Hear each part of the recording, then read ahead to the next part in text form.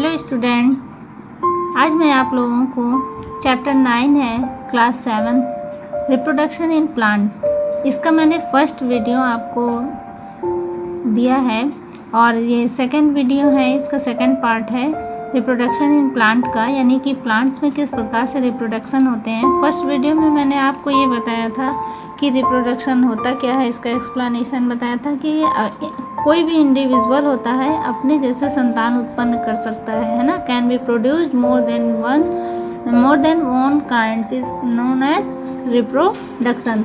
तो रिप्रोडक्शन जो होता है ये मैंने आपको बताया था, ये कितने प्रकार के होते हैं, किस टाइप के होते हैं। इस चैप्टर में वो फर्स्ट वीडियो में मैंने आपको ये बताया था कि रिप्रोडक्शन जो होते हैं ये टाइप्स, ये मैंने आपको टाइप्स बताया था कि रिप्रोडक्शन जो होते हैं वो 2 टाइप्स के होते हैं। एक होता है असेक्सुअल रिप्रोडक्शन, दूसरा होता है सेक्सुअल रिप्रोडक्शन। तो असेक्सुअल रिप्रोडक्शन मैंने इसमें बताया था कि कई प्रकार के, यानी कि असेक्सुअल रिप्रोडक्शन में एक ही इंडिविजुअल की आवश्यकता होती है, इससे ज़्यादा इंडिविजुअल की इसमें आवश्यकता नहीं होती है, यानी अनदर इंडिविजुअल की इसमें इन्वॉल्वमेंट ज़रूरी नहीं है। तो इसके कुछ एग्जाम्पल हमने बताया था कि इस प्रकार के मतलब कौन कौन से ऐसे प्लांट हैं जिनमें असेक्सुअल रिप्रोडक्शन होता है। उसमें मैंने आपको फर्स्ट एग्जांपल में बताया था बर्डिंग की, ये इनके अंदर जो एसेक्सुअल रिप्रोडक्शन होता है ये डिफरेंट ऑर्गेनिज्म में डिफरेंट टाइप्स के होते हैं। इसमें मैंने आपको बताया था बर्डिंग के बारे में। बर्डिंग में मैंने आपको बताया था कि बर्डिंग जो होता है ये ईस्ट के अंदर पाया जाता है, ईस्ट इसका एग्जाम्पल है। जिसे इसमें क्वेश्चन आ जाता है कि व्हाट इज़ बर्डिंग, बर्डिंग क्या है। तो बर्डिंग क्या है, ये किसी भी इंडिविजुअल में एक उभार से संरचना निकल आती है, उसी उभार की संरचना में ही जो पेरेंट्स सेल्स होते हैं उनके न्यूक्लियस जो होते हैं वो डिवाइड हो जाते हैं और डिवाइड होकर एक उसके बड्स में चले जाते हैं और उसके एक पेरेंट सेल्स में ही रह जाते हैं। ये बड्स जो होता है धीरे धीरे से ये इसमें डिज़ोल्व होने लगते हैं और अलग हो जाते हैं, अलग होकर नए इंडिविजुअल को ये डेवलप करते हैं। तो ये क्रिया मैंने आपको फर्स्ट वीडियो में बताई थी। आज मैं आप लोगों को जो बढ़ाने चल रही हूँ वो है सेकंड, फ्रेगमेंटेशन। देखिए असेक्सुअल, ये हमने इसमें आपको मैंने ये बताया था कि जो होता है, देखिए types of reproduction in plants में 2 टाइप्स के रिप्रोडक्शंस होते हैं। एक होता है असेक्सुअल रिप्रोडक्शन, दूसरा होता है सेक्सुअल रिप्रोडक्शन। तो सेक्सुअल रिप्रोडक्शन हमको पढ़ना क्या है, असेक्सुअल रिप्रोडक्शन हम आपको फर्स्ट वीडियो से पढ़ा रहे हैं।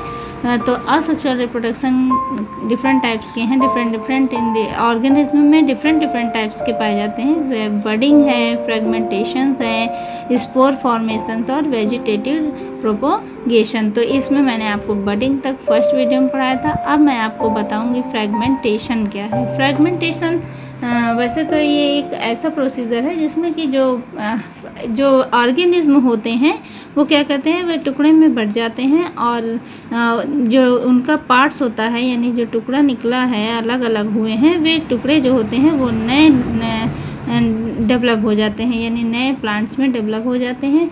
तो इसी क्रिया को ही फ्रेगमेंटेशन कहते हैं, यानी टुकड़ों में बढ़ जाना और उसके बाद टूटने के बाद वो नए इंडिविजुअल्स में डेवलप हो जाने की क्रिया ही फ्रेगमेंटेशन कहलाती है। तो मैं आपको इसका एक्सप्लेनेशन आपकी बुक में बताती हूँ। देखिए ये आपकी बुक है, इसमें है फ्रेगमेंटेशन की। देखिए कि you may have observe slimy greeny patches on the ground.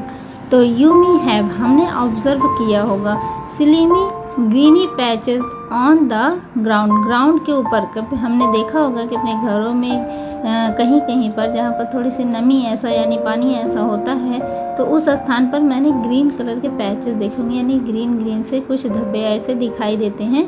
और नियर द पॉन्ड, तालाब के पास में, and other water bodies having stagnant water, और अदर वाटर बॉडीज़ यानी कि जहाँ पर और बहुत कहीं कहीं पानी रुके हुए होते हैं, या घर में ही देखिए कि कहीं पानी का यूज़ हो रहा है, उस स्थान पर ही कभी कभी ग्रीन पैचेस दिखाई देते हैं। और रुका हुआ स्टैग्नेंट वाटर यानी रुके हुए पानी के पास भी आप देख सकते हैं ग्रीन सी एक परत सी, यानी एक जैसे लगता है कि कालीन से बिछी हुई है। वो सब क्या है, if you try to lift them with a stick, यदि आप, इफ़ मतलब होता है यदि, तुम ट्राई करो लिफ्ट मतलब उसे उठाने की, देम विद स्टिक, स्टिक मतलब छड़ी की सहायता से उसे उठाने का प्रयास कीजिए। तो you will C long fine green thread like structure. तो आप क्या देखेंगे, लॉन्ग यानी कि लंबी सी, फाइन यानी पतली सी, ग्रीन थ्रेड लाइक यानी धागे के समान संरचना आपको दिखाई देगी।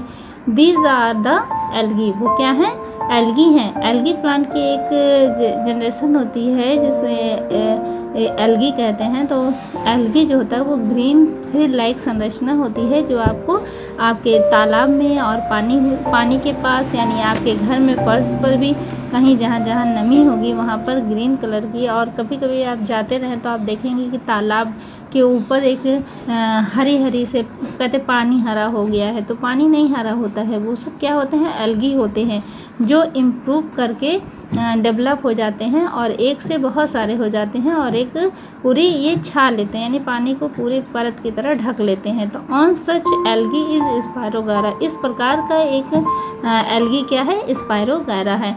It reproduce asexually by fragmentation, इसे हम रिप्रोड्यूस कर सकते हैं। इसमें कैसा असेक्सुअली फ्रेगमेंटेशन होता है, यानी असेक्सुअली रिप्रोडक्शन में जो फ्रेगमेंटेशन की क्रिया होती है वह स्पायरोगायरा में होती है। तो spirogyra filament break up into 2 और मोर फ्रेगमेंट्स। स्पायरोगायरा क्या होते हैं, देखिए ये आपके डायग्राम में ये बना हुआ है, स्पायरोगायरा का डायग्राम है ये। इसमें ये क्या होते हैं, ये ब्रेक हो जाते हैं और 2 और या तो 3, मतलब ये इसमें देखिए ये ब्लॉक टाइप में ये बना होता है। तो ये जितने ब्लॉकेज होते हैं ये टूट जाते हैं और टूट कर नए इंडिविजुअल को ये डेवलप करते हैं। तो इस तरह की क्रिया जिसमें इंडिविजुअल टूट करके नए डेवलप कर दे, नए जो है प्लांट को बना देता है, ऐसे एक क्रिया को क्या कहते हैं, फ्रेगमेंटेशन। तो यहाँ पे ये क्रिया किस में पाई जाती है, स्पायरोगायरा में देखने को मिलती है। तो fragments and these fragments grow and develop into new individual, और ये फ्रेगमेंट क्या करते हैं, ग्रो करके नए इंडिविजुअल में डेवलप हो जाते हैं। As this process continuous the whole pond, यह क्रिया लगातार होती रहती है, यानी एक एल्गी यानी एक स्पायरोगायरा उस वो टूट जाता है 2 और या 3 में, फिर 3 से और हो जाते हैं 6 हो जाएगा या 9 हो जाएगा। इस तरह से ये डेवलप होते मतलब ये टूटते जाते हैं और बनते जाते हैं, यानी इसमें असेक्सुअली रिप्रोडक्शन होता रहता है फ्रेगमेंटेशन विधि द्वारा। और ये इस तरह से पूरे पॉन्ड्स को क्या करते हैं, पानी को ढक लेते हैं, क्योंकि इनकी संख्या बहुत ज़्यादा बढ़ जाती है ना, 2 से 4, 4 से 8, 8 से 10, 10 से 15 ऐसे बढ़ते जाते हैं। तो बढ़ते बढ़ते ये एक कवर से बना लेते हैं और पानी को पूरा ढक लेते हैं, ग्रीन सी कम हो जाता है। तो इसी को क्या कहते हैं, एल्गी होते हैं, वो सारे क्या होते हैं, एल्गी। और एल्गी क्या है, अगर अब आपसे कोई पूछता है कि ये जो ग्रीन कलर के पैचेस दिखाई दे रहे हैं, आप जाते रहें और तालाब में कहीं आपको दिखाई दे जाए, तो आप क्या बताएंगे उसको, ये सब क्या है, एल्गी है। एल्गी में स्पायरोगायरा एक प्रजाति है। ये क्यों इतने ढेर सारे हो गए हैं, क्योंकि इनमें कौन सा रिप्रोडक्शन हो रहा है, इनमें असेक्सुअली रिप्रोडक्शन का फ्रेगमेंटेशन विधि हो रही है। ठीक है, तो ओके बेटा, आपको समझ में आ गया होगा फ्रेगमेंटेशन क्या है। अब थर्ड आपका है यहाँ पे spore formation. Spore formation, spore क्या है, स्पोर मतलब छोटे छोटे से टुकड़े, फॉर्मेशन यानी उत्पन्न होना। स्पोर से ही अगर कोई डेवलपमेंट हो रहा है न्यू प्लांट का, तो उस प्रक्रिया, उस रिएक्शन को यानी कि उस प्रकार के रिप्रोडक्शन को हम क्या कहेंगे, स्पोर फॉर्मेशन। यानी फॉर्मेशन मीन्स होता है बनना और स्पोर मतलब होता है छोटे छोटे चीज़ों का बनना। तो यहाँ देखिए इसका एक्सप्लेनेशन है कि स्पोर, देखिए हमने अपने घरों में देखा होगा कभी कि ब्रेड हो, देखिए रख दो कहीं 2-4 दिन के लिए, तो क्या हो जाते हैं, वो ब्रेड के ऊपर थोड़ी सी जो है, देखिए तो कहते हैं कि ब्रेड में मम्मी वो लग गई है, जो है फफूंदी लग गई है ना, अपनी लैंग्वेज में हम कहते हैं फफूंद लग गया। तो फफूंद क्या है, वो ब्रेड मोल्ड होते हैं, ब्रेड मोल्ड होते हैं और जो ब्रेड को ख़राब कर देते हैं। तो देखिए इसमें एक्सप्लेनेशन में है कि you may have observe a cottony grow on slate on stall bread और सम स्पॉइल पॉन्ड स्टफ। हमने देखा होगा, यू में हैव ऑब्जर्व, हमने महसूस किया होगा कि कॉटन ग्रोथ ऑन स्टेल, कि कॉटन यानी कि रुई के समान ग्रोथ होता रहता है। स्टेल ब्रेड यानी कि रखे हुए, स्टेल ब्रेड मतलब बहुत दिनों तक रखे हुए ब्रेड के ऊपर, और सम स्पॉयल पॉन्ड्स और फूड्स स्टफ, और कुछ बहुत दिनों तक अगर रख दिया गया कोई भोजन तो उसके ऊपर हम देखते हैं कि फफूंद सी लग जाती है। तो it does not take long for this cottony growth to turn into minute pin head like structures of bread mould.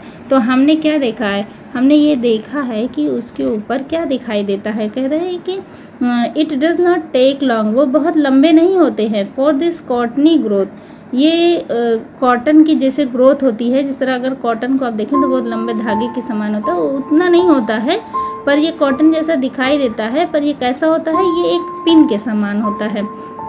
हमने पिन देखा होगा जो मतलब हमारे हम कपड़े उपड़े में लगे होते हैं, तो उस पिन को अगर आप देखे होंगे ध्यान से तो बिल्कुल पिन के समान संरचना होती है इसकी, हेड लाइक स्ट्रक्चर्स, उसका जो छोटे से देखिए यहाँ पर ये आपका डायग्राम दिखाया गया है, और वैसे मैं बना भी दिखा दे रही हूँ कि ऐसे एक छोटी सी ऐसे पिन सी संरचना होती है, इसके ऊपर एक यूँ इसका हेड होता है। तो ये संरचना इसकी होती है, किसकी, ये आपके ब्रेड मोल्ड की होती है, जो ब्रेड के ऊपर दिखाई देती है ये संरचना।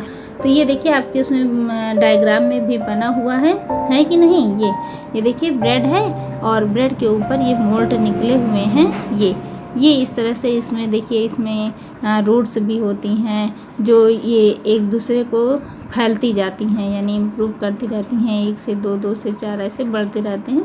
तो इसमें देखिए, इसमें ब्रेड मोल्ड में क्या होता है, इसमें संरचना जो लाइक मोल्ड दिखाई देता है, दीज आर कॉल्ड स्पाइरोगायरा। तो ये आपका क्या कहलाता है, ये जो मोल्ड आपका दिखाई दे रहा है ये क्या है, स्पाइरोगायरा, ये पिन लाइक संरचना और इस पर एक हेड, ये आपका क्या है, ये स्पाइरोगायरा है। और सिंगुलर फॉर्म इसका क्या कह रहा है, स्पोरेंजियम कहलाते हैं। As they have spore in them, इनके अंदर क्या चीज़ होते हैं, स्पोर होते हैं। क्या होते हैं, स्पोर। अब स्पोर क्या है, देखिए स्पोर यहाँ पर ये इसके ऊपर, यानी ये जो आपको दिखाई दे रहा है इसके अंदर छोटे छोटे से स्पोर, यानी इसका जो होता है यूँ ऐसे होती है इसकी संरचना, यूँ ऐसे करके, और इसके ऊपर बहुत महीन महीन से यानी स्पोर्स पाए जाते हैं, इसको क्या कहते हैं, स्पोर कहते हैं। ये क्या है आपका, स्पोर है। तो यहाँ कह रहे हैं कि देखिए इसमें कह रहा है कि दे हैव स्पोर, उसके ऊपर क्या होते हैं, स्पोर्स होते हैं, इन देम, उनके अंदर। The spores are thick walled microscopic asexually reproducing bodies. Spore क्या चीज़ है, स्पोर आर थिक वॉल्ड, एक पतली दीवार की बनी हुई संरचना होती है, जिसे हम माइक्रोस्कोप की सहायता से, नहीं इतना सूक्ष्म होता है कि हम अपनी आँखों से इसे नहीं देख सकते, इसे माइक्रोस्कोप की सहायता से देख सकते हैं, जो हमारे असेक्सुअली रिप्रोड्यूसिंग बॉडीज़ होते हैं, यानी इन्हीं के माध्यम से ही आपका असेक्सुअल रिप्रोडक्शन होता है। They are carried by wind, ये क्या करते हैं, ये हवा के माध्यम से, एंड कीप, जब इन पर हवा का मतलब बहुत तेज़ हवा चलती है और जब ये हवा इससे टकराती है, and keep floating in air, और तो ये क्या करते हैं, ये हवा एयर में फ्लोट करने लगते हैं, तैरने लगते हैं। They germinate when they find a suitable medium, ये जर्मिनेट कर जाते हैं व्हेन, कब, व्हेन मतलब होता है जब, दे फाइंड ए सूटेबल मीडियम, जब ये अच्छा मीडियम पाते हैं, यानी ह्यूमिड मीडियम पाते हैं, नमी वाला माध्यम जब ये पाते हैं तो ये क्या करते हैं, ग्रो कर जाते हैं। तो ये तो आपका एक एग्जाम्पल था ब्रेड मोल्ड का, जो ब्रेड के ऊपर पाए जाते हैं। और इस प्रकार की जो फॉर्मेशन यानी असेक्सुअल रिप्रोडक्शन होता है वो तो ब्रेड मोल्ड पर होता ही है, यानी आपका स्पोरेंजिया इसका एक एग्जाम्पल है जो स्पोर फॉर्मेशन करता है। और सेकंड आपका होता है, देखिए मॉस एंड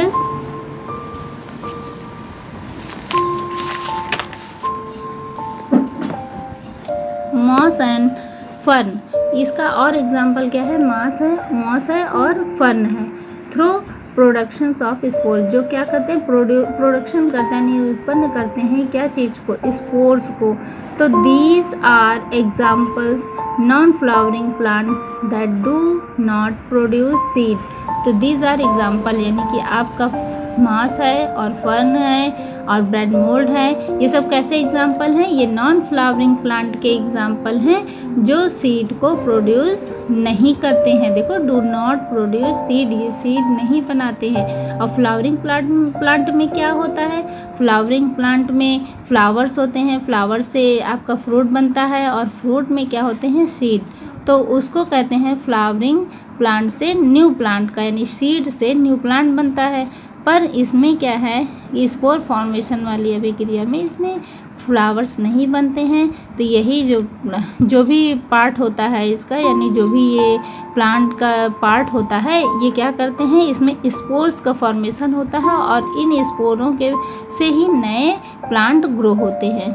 ओके, ये आपको समझ में आ गया होगा कि स्पोर फॉर्मेशन क्या है। तो स्पोर फॉर्मेशन किस में पाया था, कौन कौन से एग्जाम्पल हैं, एक है ब्रेड मोल्ड जो ब्रेड के ऊपर पाए जाते हैं, और दूसरा आपका है मॉस और फर्न, ये भी आपके प्लांट ऐसे हैं जो स्पोर का फॉर्मेशन करते हैं और ये नॉन फ्लावरिंग होते हैं।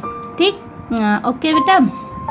हाँ, और देखिए इसके बाद आपने इसका कहीं एग्जांपल और भी देखा होगा। देखिए, जब आपके घरों में कहीं बहुत पुराने शूज़ वगैरह इधर उधर कोने में कहीं रख दिए गए हों और थोड़ा सा वहाँ ह्यूमिड होगा, तो कुछ दिन के बाद जब आप देखेंगे तो उस जूते पर या फिर अचार पे देखे होंगे फफूंद लग जाती है ना। तो वो सब फफूंद वगैरह क्या हैं, वो सब आपके ये स्पोर फॉर्मेशन प्लांट ही के द्वारा, यानी उनमें जो रिप्रोडक्शन हो रहा है वो सब मोल्ड की वजह से, यानी स्पोर फॉर्मेशन की वजह से उसमें हो रहा है।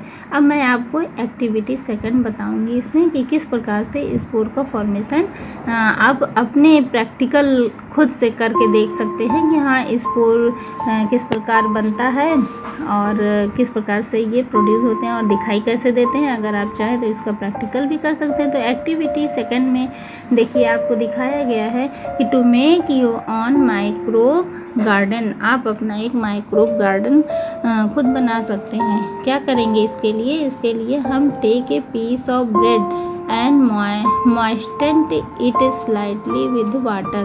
कह रहे हैं कि एक ब्रेड का टुकड़ा लीजिए और उसे हल्के से पानी में डिप कर, मतलब निकाल लीजिए, मॉइस्टन कर लीजिए, भिगा लीजिए।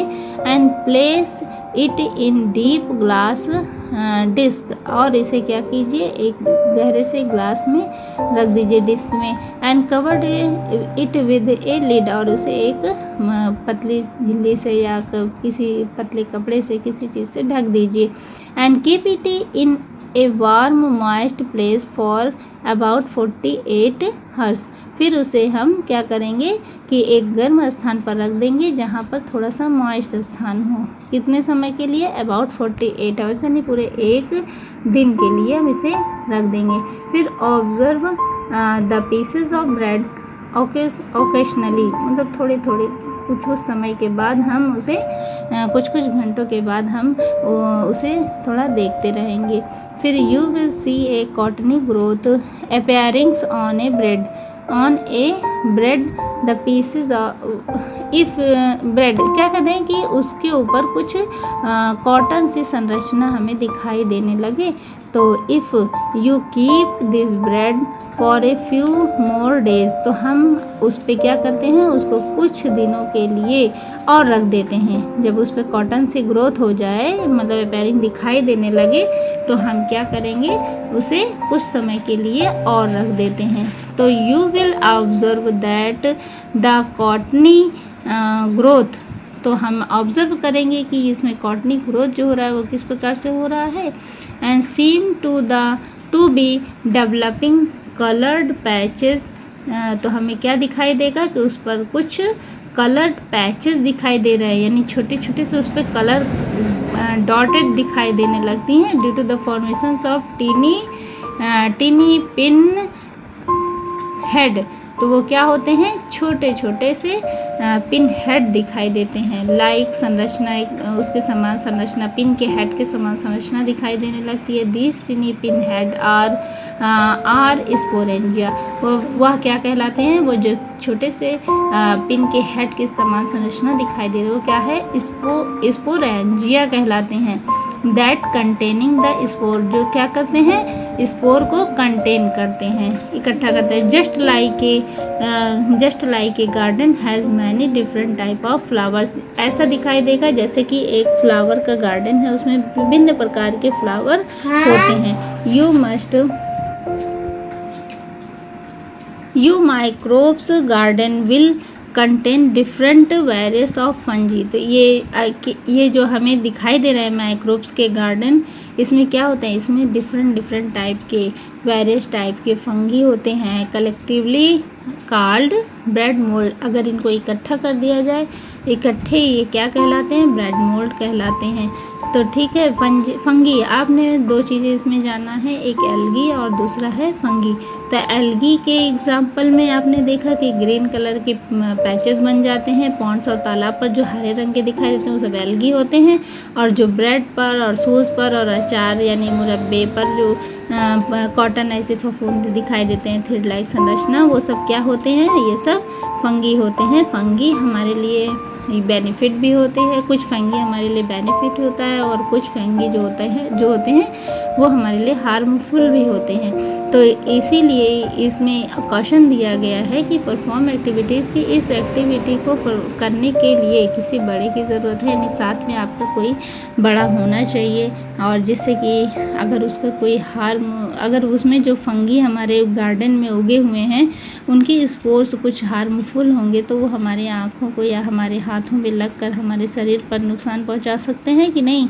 तो यही वजह है कि इसके लिए, इस प्रैक्टिकल को करने के लिए पहले आप अपने किसी एडल्ट को अपने साथ में रखिए, और इसके साथ साथ अगर उसे आप ऑब्ज़र्व कर रहे हैं तो उसको हैंड लेंस की सहायता से ही देखिए, ना कि ऐसे ही आँखों से झुक जाइए और उसे देखने लगिए, नहीं, उसे एक हैंड लेंस की सहायता से ऑब्ज़र्व कीजिए, ठीक। और कुछ समय के बाद इसे आप डिस्पोज कर दीजिए, यानी कि ये रहे ना। देखिए, आपने देखा होगा कि अपनी बॉडी पर ये हार्मलेस किस प्रकार है। ये फंगी जो होते हैं ये हमारी बॉडी पर दांत, खाज, खुजली वगैरह होते हैं, ये सब बीमारियां किससे होती हैं, इन्हीं फंगी के कारण ही होती हैं। यानी ये कई वैरायटियां ऐसी हैं जो हमें बेनिफिट की जगह ये हार्मफुल हो जाती हैं हमारे बॉडी के लिए। तो इसलिए इसके लिए प्रिकॉशन ज़रूरी है इस प्रैक्टिकल को करने के लिए। और मैं नेक्स्ट वीडियो में अब वेजिटेटिव प्रोपगेशन पढ़ाऊँगी, यानी थर्ड इसका फोर्थ पार्ट है एसेक्सुअल रिप्रोडक्शन का। और जो भी कुछ मतलब मैंने बताया है इसको आप ध्यान से सुनिए और हमारे वीडियो को लाइक और शेयर कीजिए। और थैंक्स, आपने जो मेरी वीडियो को देखा, और इसे प्लीज़ अपने और भी साथियों तक पहुंचाइए कि जिससे उनको भी बेनिफिट पहुंच सके। मेरी वीडियो को देखने के लिए आपको बहुत बहुत धन्यवाद।